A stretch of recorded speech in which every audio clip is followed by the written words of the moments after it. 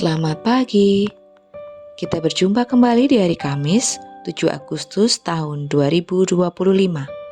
Kita bersama akan merenungkan firman Tuhan dari Lukas 9 ayat 46 sampai 48 yang demikian. Lukas pasal 9 ayat 46 sampai 48. Demikianlah firman Tuhan. Maka timbullah pertengkaran di antara murid-murid Yesus tentang siapakah yang terbesar di antara mereka. Tetapi Yesus mengetahui pikiran mereka. Karena itu ia mengambil seorang anak kecil dan menempatkannya di sampingnya, dan berkata kepada mereka, "Barang siapa menyambut anak ini dalam namaku, ia menyambut aku, dan barang siapa menyambut aku, ia menyambut dia yang mengutus aku. Karena yang terkecil di antara kamu sekalian, dialah yang terbesar." Dengan tema nilai diri, pelajaran dari anak kecil. Umumnya, kita tidak mau dipandang kecil oleh siapapun. Setiap orang ingin dihargai dan diberi tempat terbaik.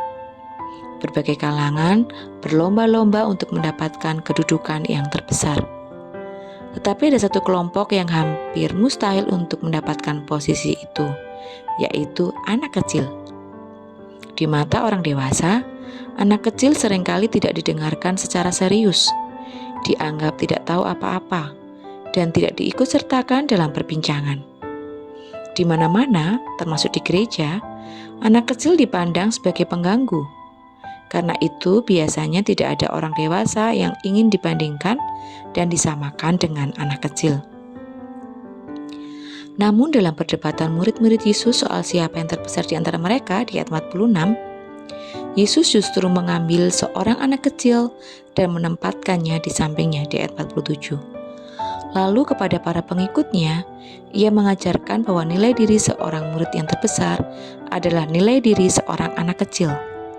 Ia mengajarkan bahwa jika mereka ingin menyambutnya dan menyambut Allah Bapa, haruslah mereka menyambut anak kecil di ayat 48.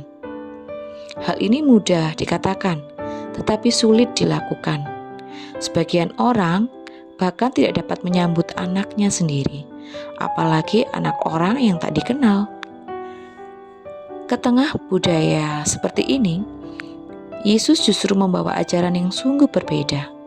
Sejatinya, seorang murid yang terbesar ialah seorang murid yang memiliki kesediaan untuk menerima siapa saja tanpa memandang usia, status, dan kedudukannya. Firman Tuhan hari ini mengingatkan kita tentang nilai diri kita sebagai murid Yesus.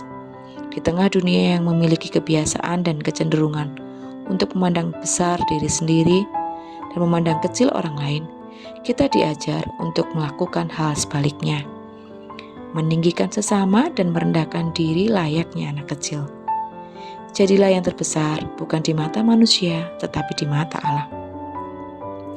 Karena itu marilah kita berlomba-lomba untuk melihat, untuk saling menerima dan memberikan tempat bagi orang lain tanpa ada pembedaan ataupun diskriminasi.